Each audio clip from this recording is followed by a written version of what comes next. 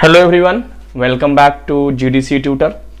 Previous class में हम लोग फार्माकोलॉजी के transport of drug across the biological membrane का कॉन्सेप्ट स्टार्ट किए थे। मैंने आपको बताया था स्टूडेंट कि सपोज डैट कि this one is our stomach. अगर ये हमारा स्टमक है या इंटेस्टाइन्स वाले रीजन्स की मैं बात करूं, यानी जीआईटी वाली बेसिकली रीजन्स की बात करूं, यानी गैस्ट्रो इंटेस्टाइनल ट्रैक वाले रीजन की बात करूं, तो अगर सपोज डैट कोई ड्रग यहाँ पर आया है तो ये ड्रग इस मेम्ब्रेन को, इट मीन्स यहाँ पर ये जो सेल मेम्ब्रेन है, इस मेम्ब्रेन को क्रॉस करके कहाँ पर जाता है स्टूडेंट? तो आपको मालूम है, मैंने बताया था कि ये क्रॉस करके कहाँ पर जाते हैं, तो ब्लड वेसल्स के अंदर में जाते हैं। अब ये ड्रग ब्लड वेसल्स के अंदर में यहाँ से ट्रांसपोर्ट करके यहाँ पर जाएगा, तो देखिए उनको कितनी मेम्ब्रेन मिली, एक तो स्टमक वाला ये मेम्ब्रेन और एक ये ब्लड वेसल्स का मेम्ब्रेन।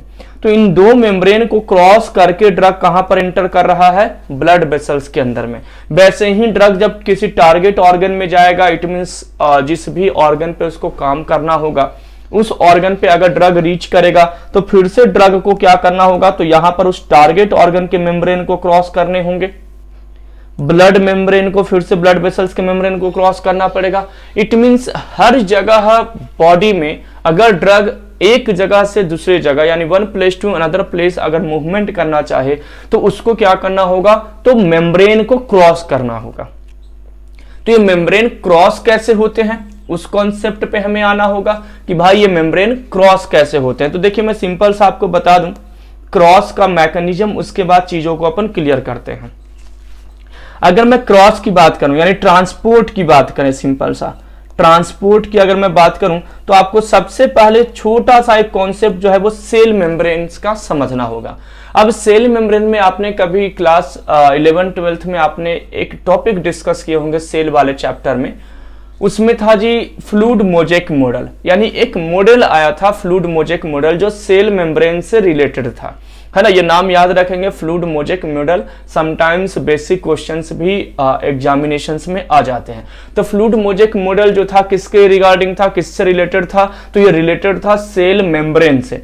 और क्या कहता है वो कि लिपिड का बाइलेयर होता है और बीच में प्रोटीन एम्बेडेड होते हैं, एज लाइक अ सैंडविच। जैसे हम सैंडविच खाते हैं तो सैंडविच में दोनों साइड आपका पाव है और बीच में क्या है, उसमें बहुत सारी चीजें वो ऐड करते हैं। जैसा आप पैसा लगाओगे वैसे आपको उसके अंदर में मटेरियल मिलेगा। तो हमारी सेल मेम्ब्रेन जो फ्लूइड मोजेक मॉडल है वो भी यही कहता है कि दोनों लेयर पे एज लाइक सैंडविच, तो दोनों लेयर पे वहां पर क्या है जी, लिपिड है और बीच में क्या प्रेजेंट है? प्रोटीन प्रेजेंट है। मैं एक सिंपल सा आपको डायग्राम बताता हूं जो आप लोगों ने, हर किसी ने पढ़ा होगा सेल मेम्ब्रेन का। तो सेल मेम्ब्रेन का कुछ इस टाइप से आपने डायग्राम पढ़े होंगे, कुछ इस टाइप से ये सेल मेम्ब्रेन का स्ट्रक्चर आपने पढ़ा होगा, है ना। इस टाइप से आपने क्या डिस्कस किए होंगे स्टूडेंट? तो this one is a cell membrane, है ना। ये आपने पढ़ा होगा कि ये सेल मेम्ब्रेन है। किस किस ने पढ़ा है थोड़ा कमेंट बॉक्स में बताइए। ये सेल मेम्ब्रेन का डायग्राम किस किस ने देखा है या किस किस ने पढ़ा है, थोड़ा बताइए, मैं भी चैट बॉक्स में देखूं। सपोज दैट ये सेल मेम्ब्रेन आपने देखा होगा और इस सेल मेम्ब्रेन में इस टाइप से आपने प्रोटीन देखे होंगे कि ये प्रोटीन्स क्या होते हैं? एम्बेडेड होते हैं। सेल मेम्ब्रेन के बीच में क्या एम्बेडेड है भाई? तो सेल मेम्ब्रेन के बीच में इस टाइप से क्या एम्बेडेड होते हैं स्टूडेंट? तो इस टाइप से आपको प्रोटीन एम्बेडेड मिलेंगे। इस टाइप से यहां पर क्या प्रेजेंट है? प्रोटीन प्रेजेंट है। क्लियर? अब अगर मैं इसका लेबलिंग करूं तो this one is head portion, इसको हम क्या कहेंगे स्टूडेंट? तो दिस वन इज हेड। और हेड जो होता है वो कैसा होता है? हाइड्रोफिलिक। प्रीवियस क्लास में मैंने बताया था हाइड्रोफिलिक क्या है, लिपोफिलिक क्या है, non polar, polar, ionised, non ionised, yes unionised, ये सारी चीजें अपन डिस्कस किए थे। तो जो हेड वाला पोर्शन है वो क्या होता है? पोलर। सपोज दैट ये भी हेड का पोर्शन है, ये भी क्या होगा जी? तो ये भी हाइड्रोफिलिक होगा। कैसा नेचर का होगा? हाइड्रोफिलिक का होगा। लेकिन ये जो सेंटर में ये जो टेल वाले रीजन हैं, ये दोनों क्या होते हैं स्टूडेंट? तो ये लिपिड सॉल्युबल होते हैं। कैसे होते हैं? Lipid soluble. यानी कि सेल मेम्ब्रेन का अगर मैं बेसिक नेचर की बात करूं तो बेसिक नेचर कैसा होता है? लिपिड सॉल्युबल होता है। अब आप हमें ये बताइए कि सपोज दैट ये एक लिपिड का लेयर है जी और यहां पर मैं वाटर ड्रॉपलेट ऐड करूं इस लिपिड के लेयर पे ध्यान दीजिएगा, यहां पर एक कॉन्सेप्ट मैं बता रहा हूं कि सपोज डैट ये आपका मेम्ब्रेन है और मान लीजिए ये लिपिड का लेयर है, मेम्ब्रेन भी नहीं है, ये लिपिड का क्या है, एक लेयर है, और इसके ऊपर हमने क्या ऐड कर दिया, तो ये हमने वाटर ऐड कर दिया। तो क्या ये वाटर यहां से ट्रांसपोर्ट होगा, बताओ क्या ये वाटर ट्रांसपोर्ट होगा? नहीं। आपने देखा होगा कि जैसे मान कर चलो आपके बाउल में यानी एक कटोरी में आप तेल रख लो और उसमें आप ऊपर से पानी डाल दो, तो पानी जो है वो ऊपर हो जाएगा, तेल जो है वो नीचे रहेगा।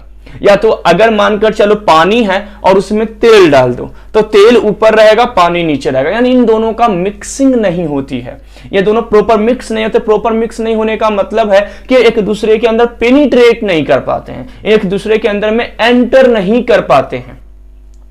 तो अगर ये लिपिड है, इट मींस अगर ये लिपिड है स्टूडेंट, ये लिपिड है और ये आपका क्या है जी, वाटर है, तो क्या ये वाटर एंटर कर पाएगा? नहीं, ये वाटर यहां पर एंटर नहीं कर पाएगा। इसका एक और एग्जांपल देता हूं।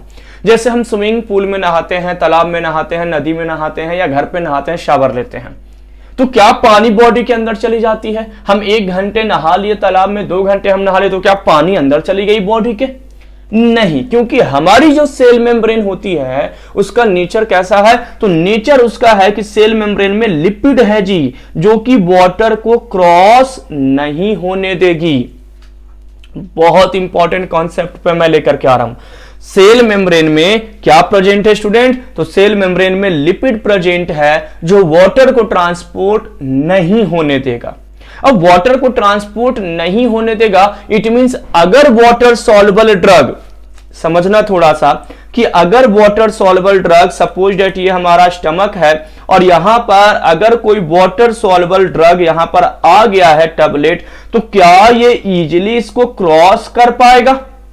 अब यहां पर ये मेम्ब्रेन जो है वो कैसा है भाई? तो ये मेम्ब्रेन जो है वो लिपिड सॉल्युबल, लिपिड के बने हुए हैं। तो क्या ये वाटर सॉल्युबल ड्रग यहां पर यानी मेडिसिन यहां पर इसको क्रॉस कर पाएगा? नहीं स्टूडेंट, इसको वो क्रॉस नहीं कर पाएगा, इजीली नहीं कर पाएगा। बाकी कॉन्सेप्ट है जो मैं आपको बताऊंगा अभी कि कैसे करेगा, फिलहाल नहीं कर पाएगा। क्लियर हो गया? और अगर ये ड्रग लिपिड सॉल्युबल रहता, अगर ये ड्रग क्या रहता, लिपिड सॉल्युबल, यानी ड्रग में ऑयल चीजें ज्यादा होती, लिपिड सॉल्युबिलिटी ड्रग की होती, तो क्या ये ड्रग यहां पे क्रॉस करता? ऑब्वियस ये ड्रग यहां पर क्या हो जाता, क्रॉस करके अंदर चला आता। आगे समझ में? यानी लिपिड में, ऑयल में अगर आप ऑयल मिक्स करोगे तो ऑब्वियस ऑयल मिक्स हो जाएगा, एक दूसरे में पेनिट्रेट कर जाएगा। तो यहां पर मेम्ब्रेन जो है वो लिपिड सॉल्युबल नेचर होने के कारण वाटर सॉल्युबल जो ड्रग होते हैं स्टूडेंट्स, वो वहां पर क्रॉस नहीं कर पाते हैं। ठीक है, तो पहली प्रॉपर्टी क्या होनी चाहिए कि अगर ड्रग की लिपिड सॉल्युबिलिटी बहुत अच्छी है तो ही वो मेम्ब्रेन को क्रॉस कर पाएगी, अदरवाइज वो क्रॉस नहीं कर पाएगी। Is this clear? आ गया समझ में? क्या मैंने बताया बेटा? मैंने आपको यह बताया कि अगर, मैंने क्या बताया, अगर ड्रग की लिपिड सॉल्युबिलिटी बहुत अच्छी है तो ही ड्रग मेम्ब्रेन को क्रॉस कर पाएगी, अदरवाइज ड्रग मेम्ब्रेन को क्रॉस नहीं कर पाएगी। इस पॉइंट को आपको याद रखना है। क्लियर हो गया? और अगर हाइड्रोफिलिक है तो कैसे होगा? अब आप मेरे को बोलोगे कि सर आपने बोला कि हम स्विमिंग पूल में चले गए और पानी एंटर नहीं किया, तो भाई यानी कि पानी हमारी सेल मेम्ब्रेन को क्रॉस करके अंदर नहीं जाएगी, लेकिन जो स्वेटिंग होती है यानी जो पसीने आते हैं वो भी तो मेम्ब्रेन को क्रॉस करके बाहर आ रहे हैं, तो उनको भी लिपिड सॉल्युबिलिटी मिला होगा, वो कैसे बाहर आ गए? आप बोलोगे ना कि क्या सर वो वाटर बॉडी से बाहर कैसे आ गया, वो भी तो मेम्ब्रेन को क्रॉस कर रहा है। दूसरी चीज, क्या सारे के सारे ड्रग हाइड्रोफिलिक होते हैं? यानी सारे के सारे ड्रग की वाटर सॉल्युबिलिटी होनी चाहिए तभी वो क्रॉस कर पाएंगे? तो ऐसा भी नहीं है स्टूडेंट। देखिए, अगर मानकर चलिए आपके आसपास में कोई तालाब है, वहां पर उनके अंदर में जो एक्वेटिक ऑर्गेनिज्म है, जैसे मछली हो गया, मगरमच्छ हो गया, यानी जो भी ऑर्गेनिज्म उनके अंदर रहते हैं, तो वो तो इजीली क्रॉस कर जाएंगे, जिधर से आप ले जाना चाहोगे उधर वो क्रॉस करके चले जाएंगे वाटर में। लेकिन आपको बोला जाए कि भाई आपको तालाब क्रॉस करना है या आपको समंदर क्रॉस करना है, नदी क्रॉस करना है, तो अगर मानकर चलो मुझे तैरना नहीं आता, तो क्या हम क्रॉस नहीं कर सकते? कर सकते हैं, है ना? बताओ कैसे कर सकते हैं? तो हम वहां पर किसी ना किसी का सहारा लेंगे, हम किसी ना किसी चीज का सहारा लेंगे, हम एक बोट करेंगे, एक नाव करेंगे, एक क्रूज करेंगे और हम क्रॉस कर जाएंगे। तो वाटर सॉल्युबल ड्रग भी यही करता है स्टूडेंट। अगर लिपिड सॉल्युबल ड्रग है तो उसको किसी कैरियर की जरूरत नहीं है। यानी मछलियों को नाव का सहारा चाहिए क्या? नहीं ना, वो तो मछली है भाई, वो तो तैर कर चली जाएगी।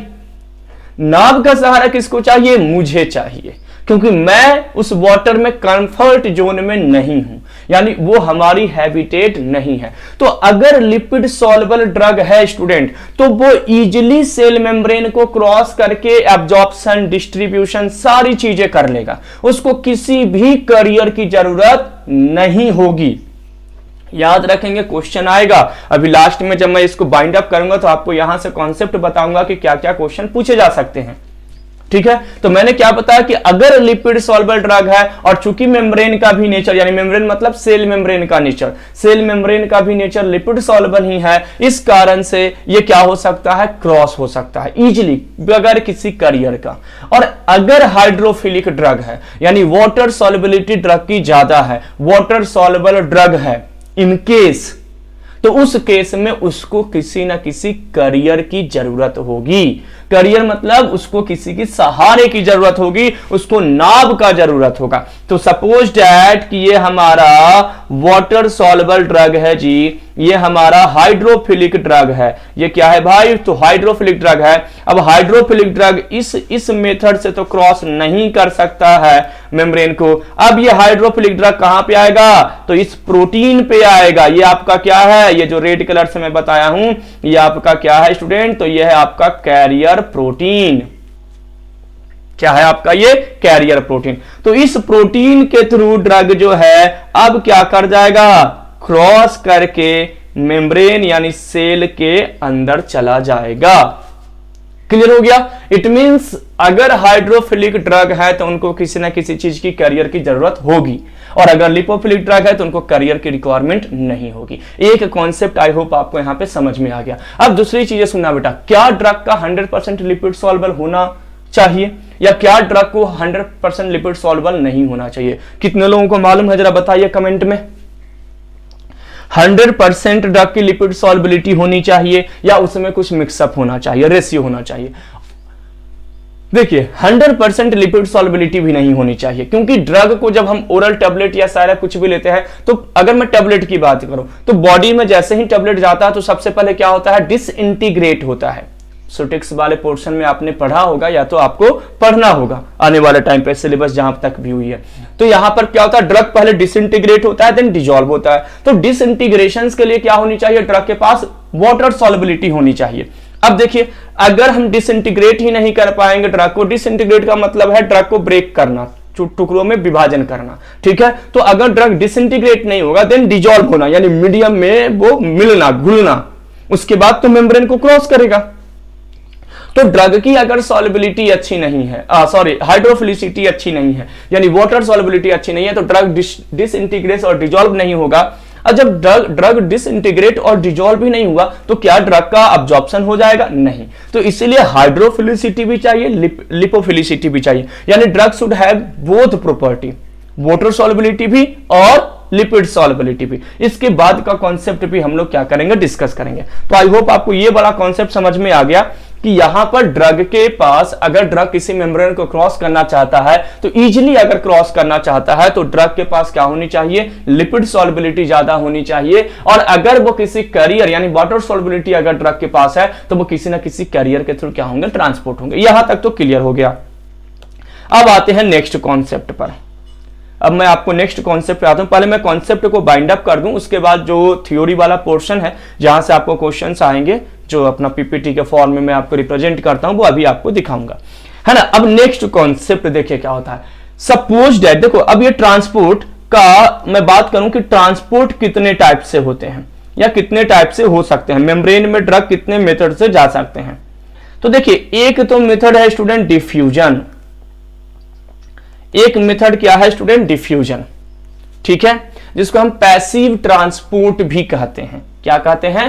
पैसिव ट्रांसपोर्ट भी कहते हैं। तो एक तो अपना डिफ्यूजन हो गया, जिसको हम क्या कहते हैं स्टूडेंट? तो पैसिव ट्रांसपोर्ट भी कहते हैं इसे।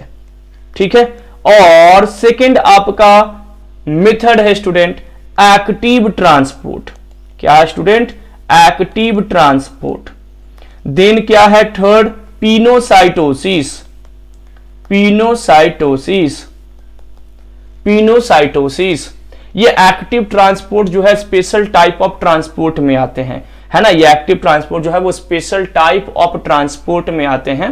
तो डिफ्यूजन हो गया पैसिव ट्रांसपोर्ट, एक्टिव ट्रांसपोर्ट जो स्पेशल टाइप में आ जाएंगे, पिनोसाइटोसिस हो गया, और कुछ आयन ट्रांसपोर्ट होंगे, यानी आयन चैनल के थ्रू क्या होंगे, कुछ ट्रांसपोर्ट होंगे।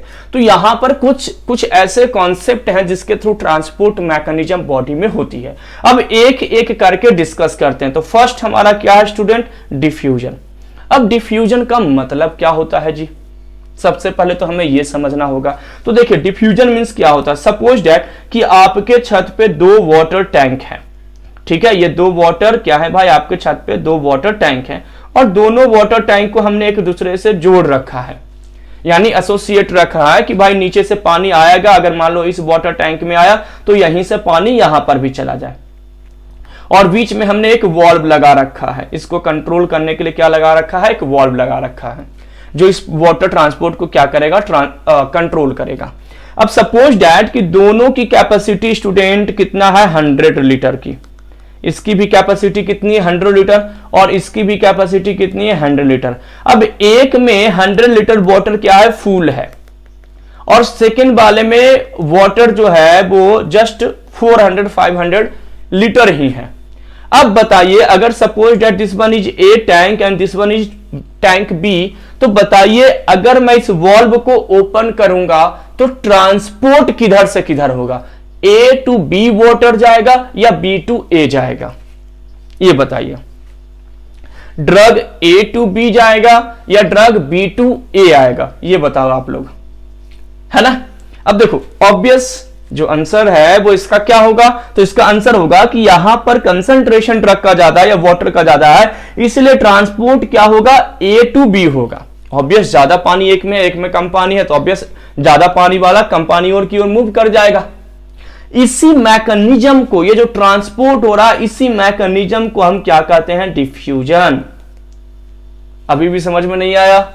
डिफ्यूजन का मतलब होता है movement of any substance, movement of any substance from higher concentration region to lower concentration region is called diffusion. यानी मूवमेंट ऑफ एनी सबस्टेंस, चाहे सबस्टेंस सॉलिड हो, चाहे सब्सटेंस लिक्विड हो, चाहे सब्सटेंस गैस हो, किसी भी फॉर्म में अगर सब्सटेंस की मूवमेंट हाई कंसंट्रेशन, कंसंट्रेशन का मतलब अमाउंट है यहां पर, तो high concentration to lower concentration, यानी उच्च सांद्रता से निम्न सांद्रता की ओर जाना, हिंदी की अगर मैं बात करूं तो, ठीक है, उसे हम क्या कहते हैं जी, डिफ्यूजन कहते हैं। तो movement of any substance from their high concentration region to their lower concentration region is called diffusion. यानी ये वाटर का जो मूवमेंट हो रहा है one tank to another tank, high concentration, A में कंसंट्रेशन फुल था जी, भरा हुआ है, और एक में लो कंसंट्रेशन है, जस्ट हाफ भरा हुआ है, तो मूवमेंट क्या हो गया, तो भरे हुए वाटर टैंक से खाली वाटर टैंक की ओर मूवमेंट हुआ। इस मूवमेंट को ही हम क्या कहते हैं, डिफ्यूजन।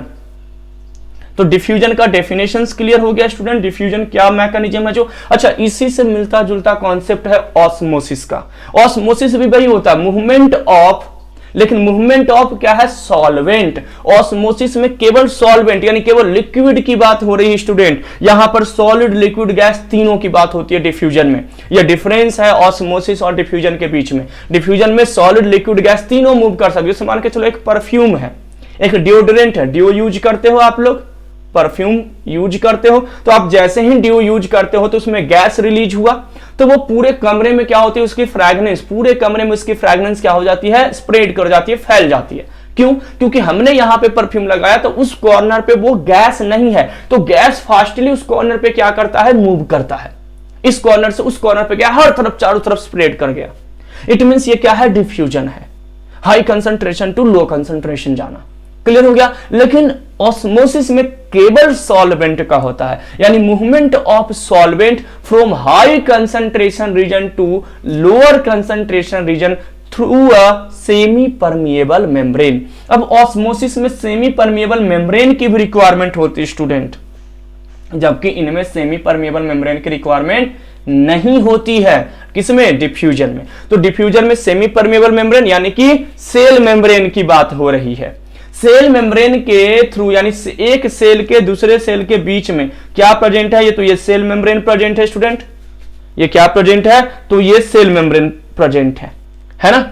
क्लियर हो गया। तो यहां से अगर वाटर सॉल्युबल कंपोनेंट्स या कोई भी सॉल्वेंट अगर ट्रांसपोर्ट करना चाहेगा तो बीच में क्या है? मेम्ब्रेन है। इस मेम्ब्रेन का नेचर क्या है? Semi permeable. यानी हमारी जो सेल मेम्ब्रेन होती है वो सेमी परमेबल नेचर की होती है स्टूडेंट, यानी कि सेलेक्टिव नेचर की होती है। सारे कंपोनेंट्स उनको क्रॉस नहीं कर सकते हैं, चीजों को वो सेलेक्ट करेगा, उसके बाद ही क्या होगी? क्रॉसिंग होगी।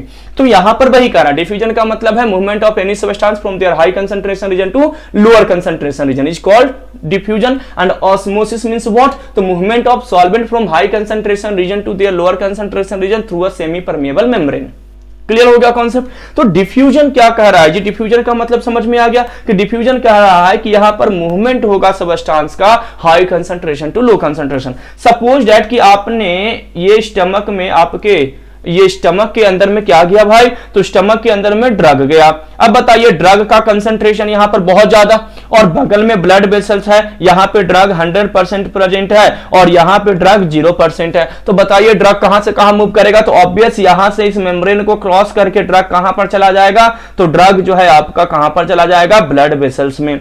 अब ब्लड वेसल्स में ड्रग रहता नहीं है, ये मूव करके दूसरे साइड पे चला गया, ये चला गया टारगेट ऑर्गन में, दूसरे टिश्यूज में, ऐसे चले गए ड्रग। क्लियर? ये अलग अलग साइट में ड्रग क्या हो गया? मूव करके चला गया। तो फिर से यहां पर 0%, फिर से ड्रग यहां पर ऐसे ही ट्रांसपोर्ट होते रहेगा। इट मींस यहां पर कहने का मतलब यह है कि जो मूवमेंट होती है, हमने मेडिसिन लिया स्टमक में, पूरी मेडिसिन स्टमक या इंटेस्टाइन्स वाले रीजन में, इट मींस जीआईटी रीजन में है। अब जीआईटी से, जीआईटी मतलब गैस्ट्रोइंटेस्टाइनल ट्रैक की बात हो रही है, पूरी ट्रैक की बात हो रही है। तो वहां से पे ड्रग का कंसंट्रेशन पूरा है, ब्लड के अंदर में कंसंट्रेशन 0, तो मूवमेंट क्या हो जाएगा? High concentration to low concentration. यहां पे समझना क्या कि स्टमक हमारा टैंक ए है जिसमें भरा हुआ है ड्रग, और जो ब्लड वेसल से वो टैंक भी है उसमें ड्रग ही नहीं है, तो वो क्या हो जाएगा? ड्रग वहां से वहां स्विच कर जाएगा, मूव कर जाएगा, और इसी मैकेनिज्म्स के थ्रू क्या हो जाएगा? ड्रग का ट्रांसपोर्ट हो जाएगा। क्लियर हो गया? इसी मैकेनिज्म्स को हम क्या कहते हैं? डिफ्यूजन। यानी अगर ड्रग अक्रॉस द मेम्ब्रेन जाता है, यानी मेम्ब्रेन को क्रॉस करता है, उसमें डिफ्यूजन का एक बहुत बड़ा क्या होगा? रोल होगा। क्लियर हो गया? लेकिन याद रखेंगे स्टूडेंट, जो पैसिव डिफ्यूजन, अब यहां पर अपन टाइप पे आते हैं। ये बड़ा कॉन्सेप्ट क्लियर हो गया, डिफ्यूजन का डेफिनेशन क्लियर हो गया, मूवमेंट क्या होगा? High concentration to low concentration होगा, डेफिनेशन क्लियर हो गया, सब कुछ समझ में आ गया। क्लियर? अब आते हैं नेक्स्ट कॉन्सेप्ट पे। बस ये ही कॉन्सेप्ट है जो मैं आपको बता रहा हूं ना, ये वाला कॉन्सेप्ट अगर आपने क्लियर कर लिया ना, तो बस अब मैं आपको पीपीटी रीड करूंगा और आपको सारे कॉन्सेप्ट वहां पर क्लियर होते चले जाएंगे। तो इसको समझना बहुत जरूरी है जो मैं आपको समझा रहा हूं। अब सुनिए, सेकंड डिफ्यूजन का मतलब समझ में आ गया। अब डिफ्यूजन का सिंपल सा प्रॉपर्टीज क्या है जो मैं आपको बता दूं। डिफ्यूजन क्या हो रहा है भाई? तो पहली प्रॉपर्टी मूवमेंट से रिलेटेड, मूवमेंट से रिलेटेड। तो मूवमेंट क्या हो रहा है स्टूडेंट? तो आपको भी मालूम है, high concentration to lower concentration. Clear हो गया? हाई कंसंट्रेशन से लोअर कंसंट्रेशन में क्या हो रहा है? मूवमेंट हो रहा है। अब यहां पर सेकंड क्वेश्चन आता है प्रिंसिपल, कि इनका प्रिंसिपल क्या है? यानी ये काम करते हैं तो इनका कुछ ना कुछ क्या होगा? अपना प्रिंसिपल होगा, सिद्धांत होगा, थ्योरीज होंगे। तो टू टाइप्स ऑफ प्रिंसिपल होते हैं ट्रांसपोर्ट से रिलेटेड। एक होता है अप हिल ट्रांसपोर्ट और एक होता है डाउन हिल ट्रांसपोर्ट। तो देखिए क्या है up hill, down hill. Suppose that this one is a hill. Hill मतलब क्या होता है? पहाड़। हिल मींस क्या होता है? पहाड़ होता है। ठीक है? अब कह रहा है कि एक तो ये है कि हम पहाड़ पे चढ़ रहे हैं, तो ये क्या हो जाएगा? Up hill transport. यहां पर ट्रांसपोर्ट क्या हो रहा है? तो पहाड़ पे चढ़ना। और एक ट्रांसपोर्ट हुआ पहाड़ से उतरना, यानी हिल से उतरना। नहीं दिख रहा? सपोज दैट यहां पर मैं लेकर के आता हूं, है ना? अब दिख जाएगा। तो ये हो गया आपका डाउन हिल ट्रांसपोर्ट। क्लियर? तो दो तरह का मैकेनिज्म है स्टूडेंट, एक है अप हिल ट्रांसपोर्ट, पहाड़ पे चढ़ना, और एक है डाउन हिल ट्रांसपोर्ट, यानी पहाड़ से उतरना। ठीक है? क्लियर है? दिख रहा है? अब सुनिए होता क्या है। मान के चलिए हम ऊपर चढ़ रहे हैं, यानी कि ये क्या है जी? तो this one is lower concentration, lower से अपर यानी अप साइड में जाना, अप हिल ट्रांसपोर्ट। और अप से लोअर साइड में आना यानी नीचे आना, डाउन आना, क्या हो जाएगा? Down hill transport. ये दोनों चीजें क्लियर है। अब यहां पे कह रहा है आपसे, मैं एक चीज पूछता हूं कि मैं पहाड़ पे चढ़ रहा हूं तो मुझे एनर्जी चाहिए या पहाड़ से उतर रहा हूं तो एनर्जी चाहिए? बताइए। अब मैं आपसे एक क्वेश्चन पूछ रहा हूं, प्लीज रिप्लाई कीजिए, है ना, कमेंट बॉक्स में रिप्लाई कीजिए। मैंने क्या बताया कि अब मैं क्या कर रहा हूं, तो पहाड़ से ऊपर चढ़ रहा हूं, पहाड़ पे ऊपर चढ़ रहा हूं नीचे से, तो हमें क्या चाहिए? एनर्जी चाहिए या नहीं? और एक मैं पूछ रहा हूं कि हम पहाड़ से नीचे उतर रहे हैं तो एनर्जी चाहिए कि नहीं? अब इसका एक सीधा सा आंसर है कि ऑब्वियस, जब हम पहाड़ पर चढ़ते हैं, मैहर की सीढ़ियों पर चढ़ते हैं, माता मंदिर में हम जाते हैं या कहीं पर जाते हैं, ऊपर वाले चीजें में, एडवेंचर प्लेस में जाते हैं, पिकनिक मनाने जाते हैं, तो जब हम पहाड़ से ऊपर चढ़ते हैं तो क्या होता है? हमें एनर्जी चाहिए। जैसे मान लो ये हमारा पेन है, तो इस पेन को मुझे ऊपर करना है तो हमें पुश करना पड़ेगा, एनर्जी ऐसे करके लगाना पड़ेगा। लेकिन इसको ऊपर से नीचे करना है तो क्या करना पड़ेगा? बस ऐसा छोड़ दीजिए, ऑटोमेटिक आ गया। एनर्जी लगी क्या? कुछ नहीं लगी। यानी नीचे आने टाइम में हमें एनर्जी नहीं लगती है, ऊपर जाने टाइम में एनर्जी लगती है। इट मींस अगर lower concentration to higher concentration drug की मूवमेंट होगी तो वहां पर एनर्जी की रिक्वायरमेंट होगी, अदरवाइज एनर्जी की रिक्वायरमेंट नहीं होगी। Is this clear? फिर से सुनिए, अगर लोअर कंसंट्रेशन, ये क्या है? लोअर नीचे, हमें जाना कहां है? अपर ऊपर, तो लोअर टू अपर अगर हम लेकर के जाएंगे तो energy will be required, otherwise energy will be not required. Is this clear? It means अगर हम ऊपर से नीचे आते हैं तो एनर्जी की रिक्वायरमेंट नहीं होगा स्टूडेंट। इट मींस अगर अपर मतलब हाई कंसंट्रेशन से लो कंसंट्रेशन आएंगे तो energy will be not required. अब बताइए, डिफ्यूजन कौन सा मैकेनिज्म को फॉलो करेगा, कौन से प्रिंसिपल को फॉलो करेगा? जल्दी आंसर दीजिए। डिफ्यूजन जो है स्टूडेंट वो डाउन हिल ट्रांसपोर्ट को फॉलो करेगा। किसको फॉलो करेगा? Down hill transport. क्यों फॉलो करेगा डाउन हिल ट्रांसपोर्ट? तो उसका आंसर क्लियर है जी, क्योंकि हाई कंसंट्रेशन, ये क्या हो गया? हाई, और ये क्या हो गया? लो, यानी उच्च सांद्रता, यानी जहां पर भरी हुई थी वाटर, वहां से जहां पर खाली थी वाटर, वहां पर क्या होगा? तो यहां पर वाटर की क्या होगी? मूवमेंट। यानी हम ऊपर से नीचे आ रहे हैं तो ऊपर से नीचे आना क्या कहला रहा है? तो ऊपर से नीचे आना डाउन हिल ट्रांसपोर्ट कहला रहा है। क्लियर हो गया कॉन्सेप्ट? तो बताइए, डिफ्यूजन में एनर्जी की रिक्वायरमेंट होगी? नहीं होगी। कौन से मैकेनिज्म को फॉलो करेगा? Down hill transport. इसको हम और क्या कहते हैं? Toward concentration gradient. अब कहेंगे सर ये कंसंट्रेशन ग्रेडियंट का मतलब क्या है? तो कंसंट्रेशन ग्रेडियंट का मतलब वही होता है कंसंट्रेशन, तो high concentration to low concentration को हम बोलेंगे टुवर्ड कंसंट्रेशन ग्रेडियंट। तो बताइए प्रिंसिपल क्या फॉलो करेगा? तो प्रिंसिपल फॉलो करेगा कि ड्रग जो है डाउन हिल ट्रांसपोर्ट आएंगे, डाउन हिल ट्रांसपोर्ट को क्या करेंगे स्टूडेंट? फॉलो करेंगे। क्लियर हो गया? थर्ड पॉइंट पे आते हैं, यानी मूवमेंट प्रिंसिपल क्लियर। थर्ड मैंने बताया, बताइए एनर्जी विल बी रिक्वायर्ड और नॉट? तो एनर्जी नॉट रिक्वायर्ड, क्योंकि आपकी जो मूवमेंट है वो डाउन हिल है, नीचे आ रहे हैं। तो सुनिएगा, अगर ड्रग डिफ्यूजन मैकेनिज्म्स के थ्रू ट्रांसपोर्ट करता है स्टूडेंट तो high concentration to low concentration करेगा, डाउन हिल ट्रांसपोर्ट प्रिंसिपल को फॉलो करेगा, एनर्जी नॉट रिक्वायर्ड, एनर्जी की रिक्वायरमेंट नहीं होगी। यही सब तो क्वेश्चन है जी, यही सब तो आपका क्या होगा? क्वेश्चंस होगा स्टूडेंट। तो डिफ्यूजन में मैंने आपको क्या बताया? मूवमेंट हम लोग देख लिए थे, प्रिंसिपल हो गया था डाउन हिल ट्रांसपोर्ट, और एनर्जी नॉट रिक्वायर्ड, है ना, एनर्जी की रिक्वायरमेंट वहां पर नहीं होगी। ये कॉन्सेप्ट हम लोग क्या कर लेते हैं? क्लियर कर लेते हैं। अब प्रिंसिपल में एक और चीज आप ऐड कर देंगे जी, डाउन हिल ट्रांसपोर्ट का एक और मीनिंग है, that is movement toward concentration gradient. क्या होता है स्टूडेंट? तो movement toward concentration gradient. Concentration gradient, concentration gradient का मतलब यही होता है high concentration to low concentration. ठीक है, तो यहां पे एक बस वर्ड चेंज कर दिया गया, स्टेटमेंट चेंज हो गया है, मीनिंग सेम है। यानी movement high concentration to low concentration के लिए हम एक वर्ड यूज कर रहे हैं, that is movement toward concentration gradient. Is this clear? चलिए, तो ये हमारा डिफ्यूजन का कुछ सिंपल सा मैंने आपको क्या बताया? स्टेज बताया। अब आते हैं इसके बाद का कॉन्सेप्ट। अब इसके बाद का कॉन्सेप्ट में क्या है? देखो बहुत जल्द ही ये बाइंड अप हो जाएगा, बस थोड़ा सा और मुझे टाइम दो। अब ये डिफ्यूजन टोटल 2 टाइप्स के होते हैं स्टूडेंट। ये डिफ्यूजन टोटल कितने टाइप्स के होते हैं? 2 टाइप्स के। तो देखते हैं भाई ये 2 टाइप्स का डिफ्यूजन कौन कौन से हैं। तो एक तो डिफ्यूजन है जी जिसको हम बोलते हैं पैसिव डिफ्यूजन। एक हमारा क्या है? तो first one is passive diffusion. और एक जो डिफ्यूजन है स्टूडेंट जो आपको देखने को मिलेगा ड्रग ट्रांसपोर्ट से रिलेटेड, वो आपका है फैसिलिटेटेड डिफ्यूजन। क्या है स्टूडेंट? तो फैसिलिटेटेड डिफ्यूजन। तो 2 टाइप्स ऑफ डिफ्यूजन होते हैं। एक आपका क्या है स्टूडेंट? पैसिव डिफ्यूजन, और एक आपका है फैसिलिटेटेड डिफ्यूजन। एक पैसिव डिफ्यूजन है और एक आपका क्या है? फैसिलिटेटेड डिफ्यूजन है।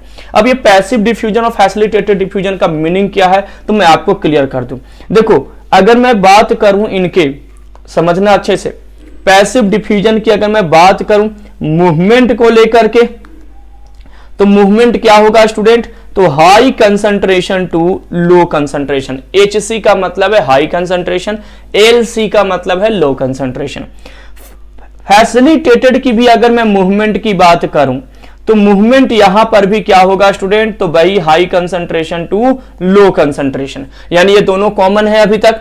अगर मैं प्रिंसिपल की बात करूं कि भाई कौन कौन से प्रिंसिपल फॉलो करते हैं, तो पैसिव डिफ्यूजन प्रिंसिपल कौन सा फॉलो करेगा? Down hill transport. ये भी आपके डाउन हिल ट्रांसपोर्ट ही क्या करेंगे स्टूडेंट? फॉलो करेंगे। यानी कि फैसिलिटेटेड का भी प्रिंसिपल क्या है? तो सेम प्रिंसिपल है, that is down hill transport. इनका भी क्या है? तो down hill transport. Clear? Clear हो गया। अब आते हैं नेक्स्ट पे।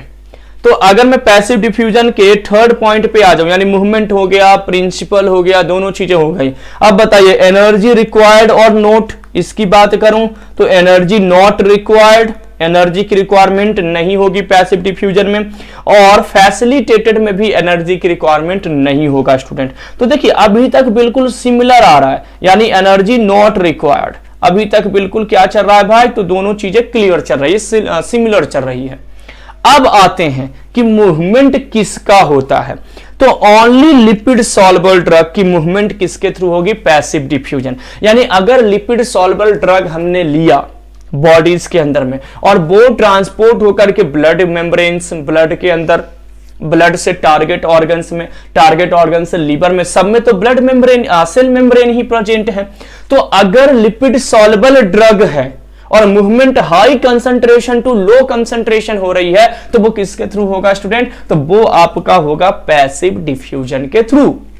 उस डिफ्यूजन को हम क्या कहेंगे? Passive diffusion. इट मींस यहां पर ड्रग की जो मूवमेंट होती है तो क्या होती है स्टूडेंट? बहुत इंपॉर्टेंट पॉइंट है, lipid soluble drug only move, only transport through this mechanism और मूव फ्रॉम दिस मैकेनिज्म। चलिए मूव से अच्छा होगा ट्रांसपोर्ट वर्ड यूज करें। ओनली लिपिड सॉल्युबल ड्रग जो है student high concentration to low concentration अगर मूव कर रहा है तो उसे हम क्या कहेंगे? Passive diffusion.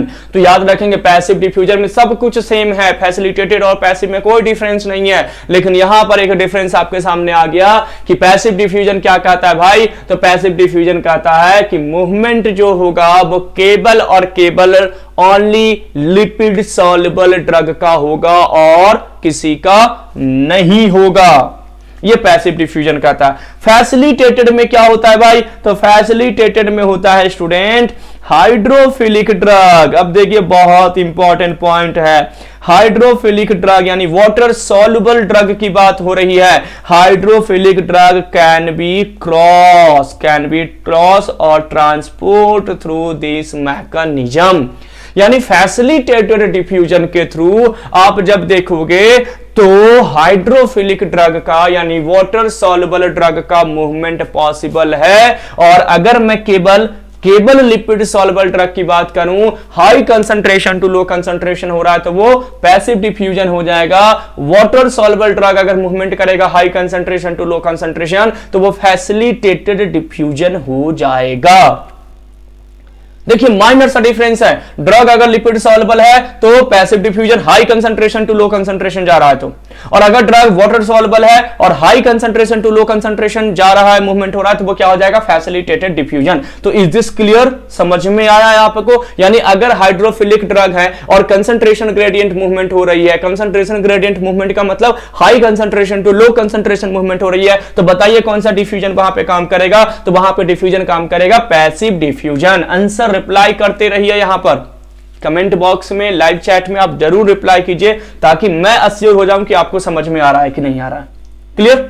चलिए, तो ये एक तो डिफरेंस यहां पर हो गया। अब बताइए, मैंने आपको बताया था, अभी एक कॉन्सेप्ट बताया था कि भाई जो वाटर लिविंग ऑर्गेनिज्म है या वाटर लिविंग ऑर्गेनिज्म है या एक्वाटिक ऑर्गेनिज्म है, यानी जो पानी में रहने वाले जीव जंतु हैं, तो क्या उनको किसी नाव की जरूरत होगी, सहारे की जरूरत होगी पानी में क्रॉस करने के लिए? नहीं ना भाई, उनकी तो पूरी जीवन पानी में है, तो उनको क्या चीज की जरूरत होगी? लेकिन हाँ, अगर मेरी हैबिटेट क्या है, टेरेस्ट्रियल, हम लोग लैंड वाले रीजन में रहने वाले हैं, यानी हम लोग सॉइल वाले रीजन में रहने वाले हैं, टेरेस्ट्रियल जोन में रहने वाले हैं, हमें अगर पानी में डाल दिया जाए तो हम पानी में ज्यादा देर तक सर्वाइव नहीं कर सकते हैं, तो हमें क्या चाहिए, बोट चाहिए, हमें नाव का सहारा चाहिए।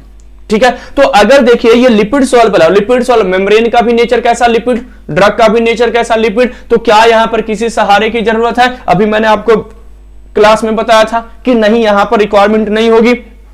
तो नेक्स्ट कॉन्सेप्ट है carrier will be not required, carrier की रिक्वायरमेंट यहां पर नहीं होगी, तो carrier will not be required, carrier का रिक्वायरमेंट यहां पर नहीं होगा स्टूडेंट, क्योंकि ड्रग भी लिपिड सॉल्युबल, मेम्ब्रेन भी लिपिड सॉल्युबल। लेकिन फैसिलिटेटेड डिफ्यूजन में देखिए हाइड्रोफिलिक ड्रग की मूवमेंट करवानी है, तो यहां पर लिपिड सॉल्युबल है क्या, मेम्ब्रेन लिपिड है और ड्रग कैसा है, वाटर सॉल्युबल, तो क्या यहां पर मूवमेंट हो जाएगा? नहीं होगा। इसलिए यहां पर क्या होगा, कैरियर विल बी रिक्वायर्ड, यहां पे कैरियर की क्या होगी स्टूडेंट, तो carrier will be required here.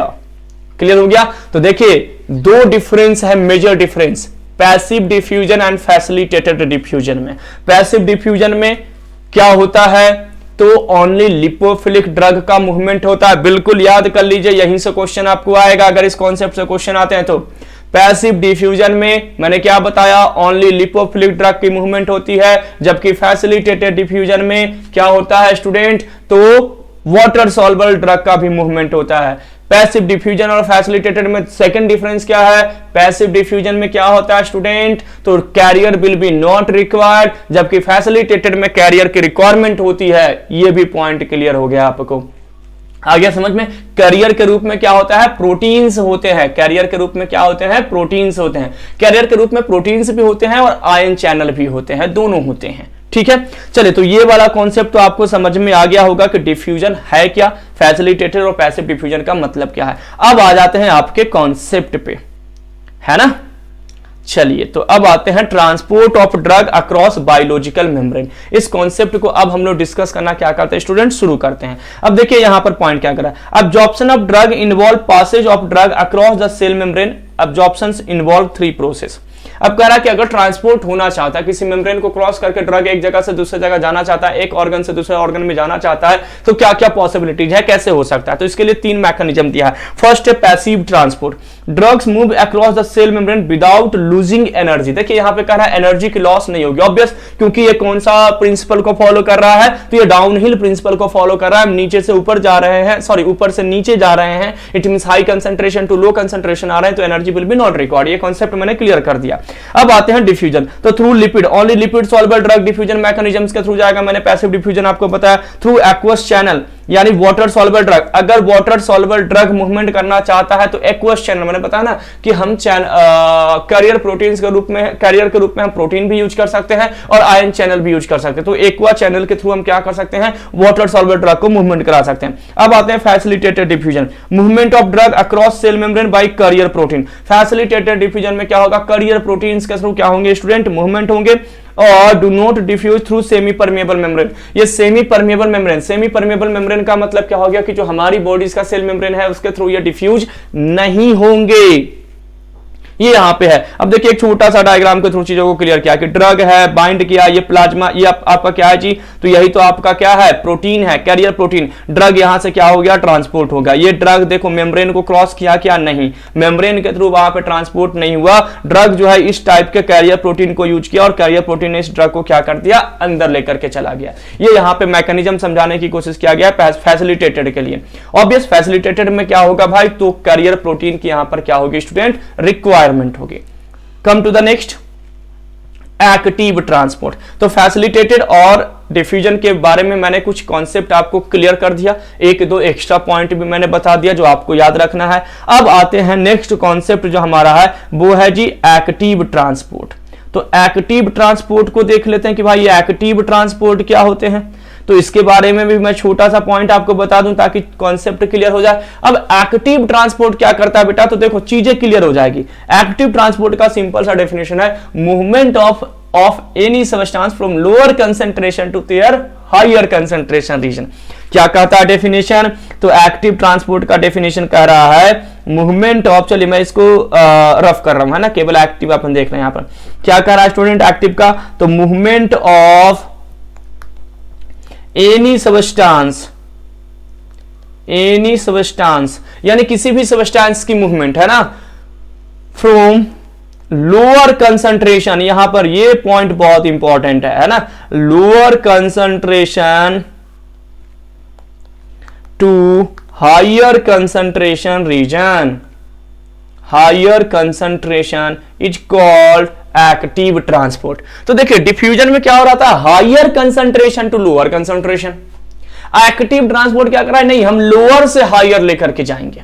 यानी मान के चलो ये दो टैंक हमने कंसीडर किया था और ये टैंक भरी हुई थी और ये टैंक खाली थी। अब इस बार मूवमेंट यहां से यहां होगा, यानी कम पानी से ज्यादा पानी की ओर। तो बताइए क्या होगा, कौन सा प्रिंसिपल फॉलो होगा, ये मान के चलिए तो ये होगा नीचे से ऊपर जाना। कौन सा प्रिंसिपल, अप हिल ट्रांसपोर्ट। हम नीचे से ऊपर जा रहे हैं, देखो ना, लोअर कंसंट्रेशन से अपर, यानी lower concentration to upper concentration यानी कि हायर कंसंट्रेशन की ओर मूवमेंट कर रहे हैं। तो क्या हो जाएगा भाई, तो ये मान के चलिए हम नीचे से लोअर से ऊपर जा रहे हैं तो क्या होगा, अप हिल ट्रांसपोर्ट। क्लियर हो गया कॉन्सेप्ट। अब यहीं से देखिए प्रिंसिपल मैं लेकर के आ रहा हूं, डेफिनेशंस क्लियर हो गया, अब प्रिंसिपल मैं लेकर के आ रहा हूं, आपको चीजें क्लियर हो जाएगी। पहला तो डेफिनेशन खत्म, सेकंड क्या होगा, तो इसका जो प्रिंसिपल होगा स्टूडेंट, वो प्रिंसिपल क्या होंगे, तो इनके प्रिंसिपल होंगे क्या, तो होंगे अप हिल ट्रांसपोर्ट। कौन सा प्रिंसिपल होगा स्टूडेंट, तो अप हिल ट्रांसपोर्ट होंगे। अब अप हिल ट्रांसपोर्ट होंगे तब क्या होगा, इट मींस इसको हम एक और वर्ड में जैसे वहां पर था मूवमेंट टुवर्ड कंसंट्रेशन ग्रेडियंट, यहां पर होगा student movement against concentration gradient, movement against concentration gradient. Concentration gradient के अगेंस्ट मूवमेंट होगा किसमें, तो ये होगा आपका एक्टिव ट्रांसपोर्ट में, movement against concentration gradient. Concentration gradient के अगेंस्ट क्या होगा, मूवमेंट होगा। इज दिस क्लियर, समझ में आ गया मैंने क्या बताया। अब बताइए, अब यहां पर देखिए कि एनर्जी की रिक्वायरमेंट होगी कि नहीं। ऑब्वियस, जब हम नीचे से ऊपर जाएंगे तो एनर्जी विल बी रिक्वायर्ड। तो यहां पर सेकेंड थर्ड पॉइंट क्या होगा, तो एनर्जी विल बी रिक्वायर्ड। तो एक्टिव ट्रांसपोर्ट में एनर्जी की रिक्वायरमेंट होती है, जबकि पैसिव डिफ्यूजन और फैसिलिटेटेड डिफ्यूजन में एनर्जी की रिक्वायरमेंट नहीं होती है। नेक्स्ट कॉन्सेप्ट की अगर मैं बात करूं तो देखो lipid soluble and water soluble, lipid and water soluble both type of drug can be cross या transport soluble, both type of drug can be transported, यानी दोनों तरह के ड्रग क्या हो सकते हैं स्टूडेंट, ट्रांसपोर्ट हो सकते हैं एक्टिव ट्रांसपोर्ट से। तो बताइए क्या हो जाएगा, अगर वाटर सॉल्युबल है तो क्या हो जाएंगे, तो कैरियर विल बी रिक्वायर्ड। तो कैरियर की क्या होगी, रिक्वायरमेंट होगी। यही आपका क्या है जी, एक्टिव ट्रांसपोर्ट। तो एक्टिव ट्रांसपोर्ट प्रिंसिपल कौन सा फॉलो करता है, तो प्रिंसिपल फॉलो करता है up hill transport. It means movement क्या होगा, तो अगेंस्ट कंसंट्रेशन ग्रेडियंट होगा। इसके अलावा मैंने क्या बताया, तो एक्टिव ट्रांसपोर्ट में क्या होता है, lower concentration to higher concentration movement होता है। और मैंने क्या बताया, तो एनर्जी विल बी रिक्वायर्ड, यानी एनर्जी की रिक्वायरमेंट होगी। और मैंने क्या बताया, तो मैंने बताया कि both type of drug, either lipid soluble और वाटर सॉल्युबल, दोनों टाइप के ड्रग क्या हो सकते हैं, can be transported through this mechanism, यानी दोनों टाइप के ड्रग इससे ट्रांसपोर्ट हो सकते हैं। और मैंने क्या बताया, तो और मैंने बताया कि अगर दोनों टाइप के ड्रग हो सकते हैं तो वाटर सॉल्युबल ड्रग के लिए हमें क्या लेना पड़ेगा, कैरियर प्रोटीन्स लेने होंगे। तो यहां पर कैरियर प्रोटीन्स की क्या होगी, रिक्वायरमेंट होगी। This is all about active transport. तो आते हैं जी एक्टिव ट्रांसपोर्ट पे, कॉन्सेप्ट क्लियर हो गया। क्या कह रहा है जी, तो the drugs moves across the cell membrane by utilizing energy and also required carrier proteins. देखिए सिंपल सा लाइन में आपको बता दिया गया है, मैंने कॉन्सेप्ट अभी क्लियर कर दिया कि ये लाइंस के पीछे रहस्य क्या था, इस लाइन के पीछे कॉन्सेप्ट क्या था, ये मैंने आपको क्या कर दिया, क्लियर कर दिया। ठीक है, तो क्या कॉन्सेप्ट था कि भाई ये सारी चीजें चल रही थी, अपहिल ट्रांसपोर्ट मीडियम्स को फॉलो कर रहा था, तो ऑब्वियस ये चीजें होनी है, एनर्जी की भी रिक्वायरमेंट लगनी है और कैरियर प्रोटीन्स भी रिक्वायरमेंट लगनी है। अब इसके एग्जांपल है कि कौन कौन से ऐसे क्रॉस करते हैं, आयरन, अमाइनो एसिड, लिपोडोपा, ये सब सारे ड्रग यहां पर क्या करते हैं, क्रॉस करते हैं। अब नेक्स्ट आते हैं जी पिनोसाइटोसिस। मैंने आपको बताया था कि एक हमारा क्या होता है, पिनोसाइटोसिस। तो डिफ्यूजन हो गया, एक्टिव ट्रांसपोर्ट हो गए, अब हम लोग आते हैं पिनोसाइटोसिस। तो next one is pinocytosis, sorry, हाँ, अब हम लोग आते हैं, यहां पे मैं लिख रहा हूं पिनोसाइटोसिस। अब देखिए यहां पे क्या है, यहां पर पॉइंट है साइटोसिस, यानी सेल से रिलेटेड ही पॉइंट है। अब सेल में दो चीजें चलती है स्टूडेंट, या तो बाहर से, यानी सपोज दैट ये बाहर का मॉलिक्यूल है अंदर आ जाए, या ये मॉलिक्यूल अंदर से बाहर चला जाए। सपोज दैट ये क्या है, आपका सेल है, यही चीजें है।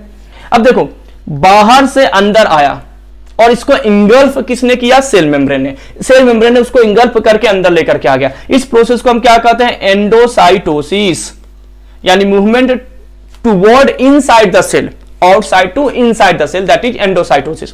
और अंदर से सब्सटेंस, यानी सेल के अंदर से सब्सटेंस का बाहर जाना, दैट इज एक्सोसाइटोसिस। ये दोनों मैकेनिज्म जो है जी वो क्या कहलाता है, पिनोसाइटोसिस के अंदर में आता है। इसको हम एंडोऑस्मोसिस और एक्सोऑस्मोसिस भी पढ़ते हैं।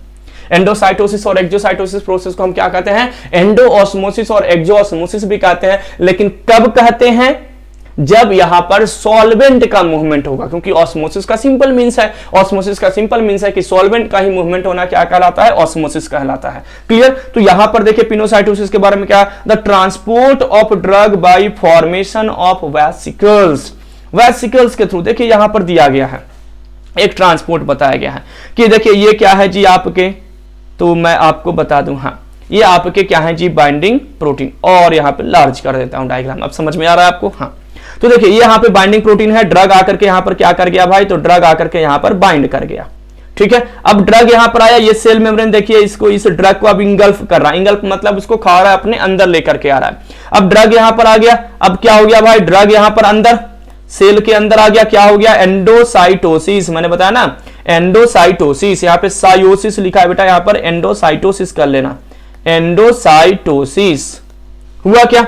अब ड्रग यहां से मान लो बाहर जाना चाहे, बाहर यानी मेम्ब्रेन को फिर क्रॉस करके ड्रग क्या आ गया, या कोई भी सब्सटेंस बाहर चला गया, तो क्या हो गया स्टूडेंट, एक्सोसाइटोसिस। क्या हो गया, एक्सोसाइटोसिस। या तो ड्रग अंदर स्टोरेज प्रोटीन में, ट्रांसमीटर हार्मोन्स में जाकर के स्टोर भी हो सकता है। तो पिनोसाइटोसिस का सिंपल मींस वही है जो मैंने आपको बताया अभी कि पिनोसाइटोसिस में क्या होते हैं, तो एंडोसाइटोसिस और एक्सोसाइटोसिस की प्रोसेस होती है। अब इनके बारे में कुछ पॉइंट देख लेते हैं। तो क्या है, फॉर्मेशन ऑफ वेसिकल्स, वेसिकल का फॉर्मेशन हुआ और ड्रग क्या हो गया, इनसाइड द मेम्ब्रेन क्रॉस कर गया। अब यहां पर क्या है जी, the protein and macro molecules. अब देखिए मैक्रो मॉलिक्यूल्स का मतलब क्या है, टू टाइप ऑफ मॉलिक्यूल्स होते हैं, माइक्रो एंड मैक्रो।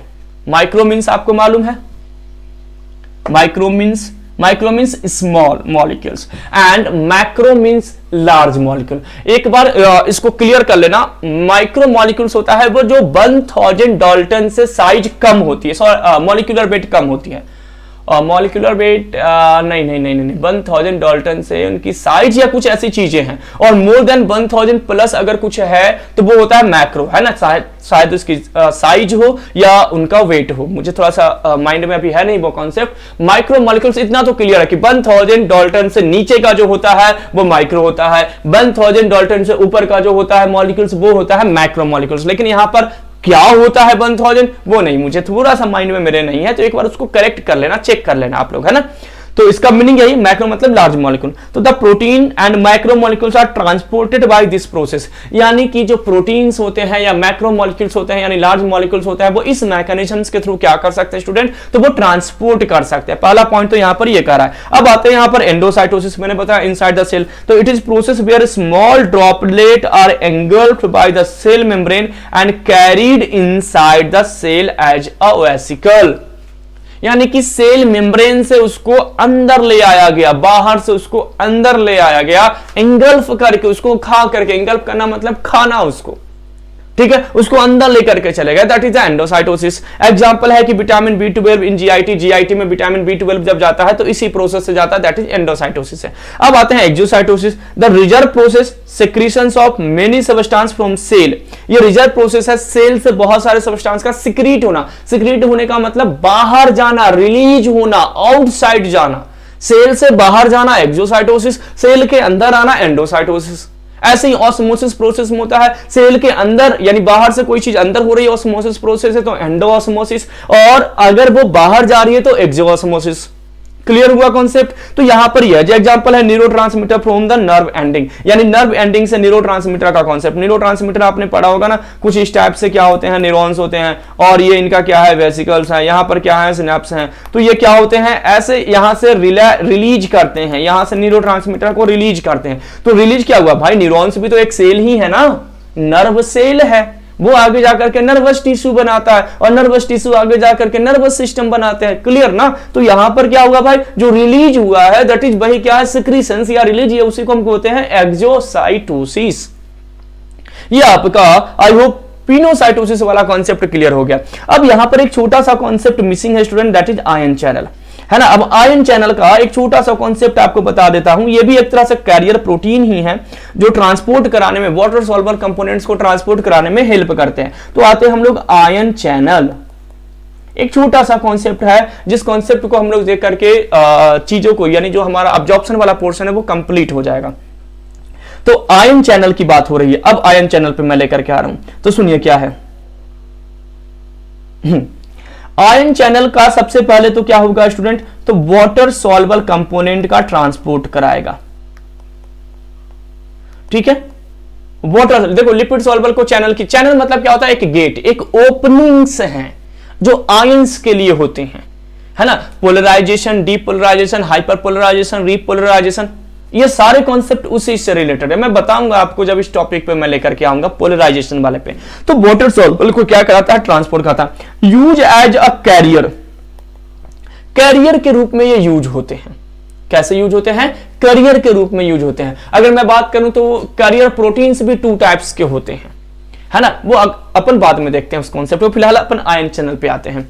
अब आयन चैनल की मैं बात करूं तो आयन चैनल क्या होता है स्टूडेंट, तो एक होता है आपका आयन चैनल, केवल मैं बात करूं, यानी चैनल का मतलब होता है ओपनिंग, सिंपल सा मतलब समझना, चैनल मींस क्या होता है स्टूडेंट, ओपनिंग, यानी छोटे छोटे, यानी जो सेल मेम्ब्रेन है हमारे, इस सेल मेम्ब्रेन में छोटे छोटे पोर होते हैं इस टाइप से, उसी पोर्स को हम क्या कहते हैं, आयन चैनल कहते हैं। छोटे छोटे, यहां पर देखिए मैंने आपको बताया है, ये जो छोटे छोटे पोर्स हैं, इसी पोर्स को हम क्या कहते हैं, आयन चैनल, और इसी पोर्स से कुछ भी चीजें अंदर बाहर होती है, इसी को हम क्या कह रहे हैं, आयन चैनल्स कह रहे हैं। क्लियर। अब सुनिए क्या होगा आयन चैनल में, एक चैनल जो होता है स्टूडेंट वो होता है अपगेटेड चैनल।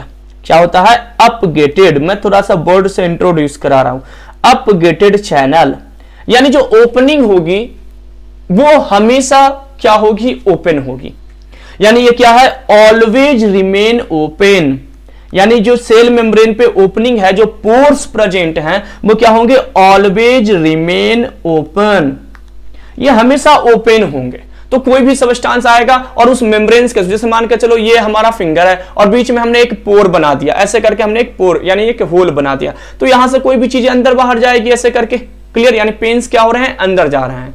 क्लियर हो गया। तो यहां पर वही कह रहा है कि अप गेटेड चैनल मतलब क्या होगा, हमेशा ओपन रहना। एक होता है स्टूडेंट गेटेड चैनल, एक सेकंड क्या होता है आपका गेटेड चैनल, और गेटेड चैनल का मतलब पता है क्या होता है स्टूडेंट, तो गेटेड चैनल मींस होता है open and close according to demand of the cell, यानी जब सेल कहेगा तो ओपन हो जाएगा, सेल की रिक्वायरमेंट रहेगी कि नहीं तो वो क्लोज हो जाएगा।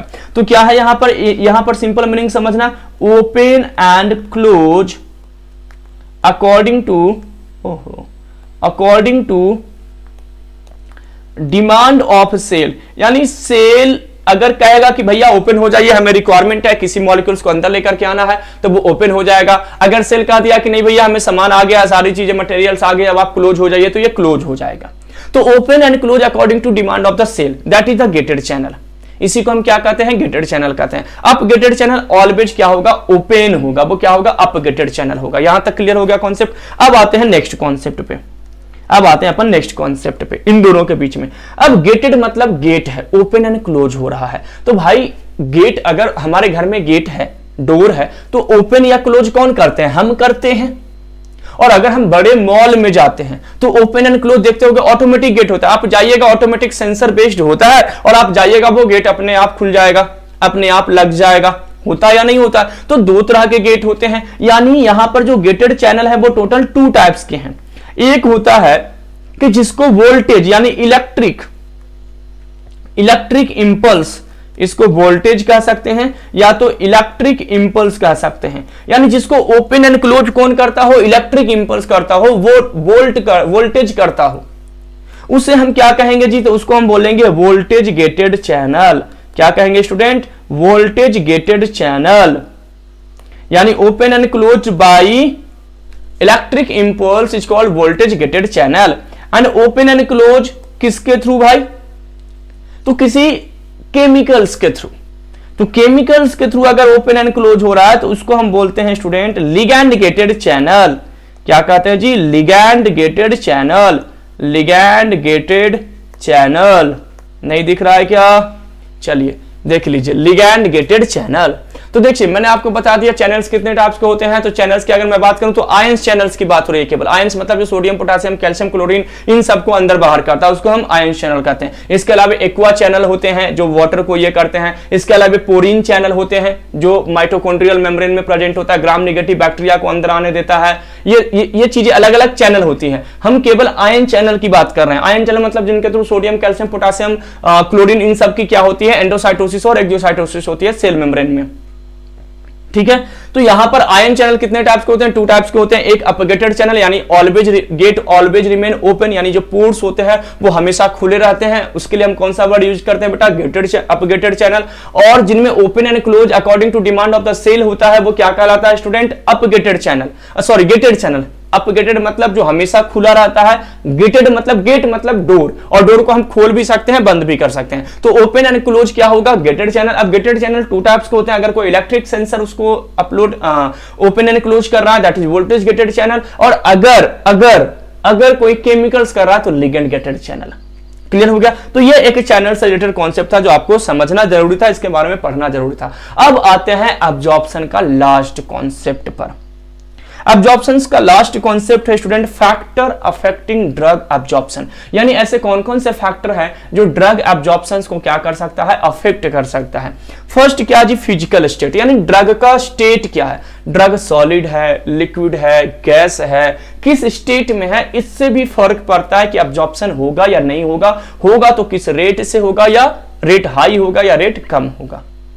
तो फैक्टर अफेक्टिंग ड्रग एब्जॉर्प्शन में क्या है, तो drug is in form of liquid और वेल एब्जॉर्ब्ड देन सॉलिड, यानी अगर लिक्विड नेचर्स का ड्रग है तो वो फास्टली एब्जॉर्ब होगा, यानी रेट ऑफ एब्जॉर्प्शन जो होगा स्टूडेंट उनका ज्यादा होगा as compare to solid nature of drug.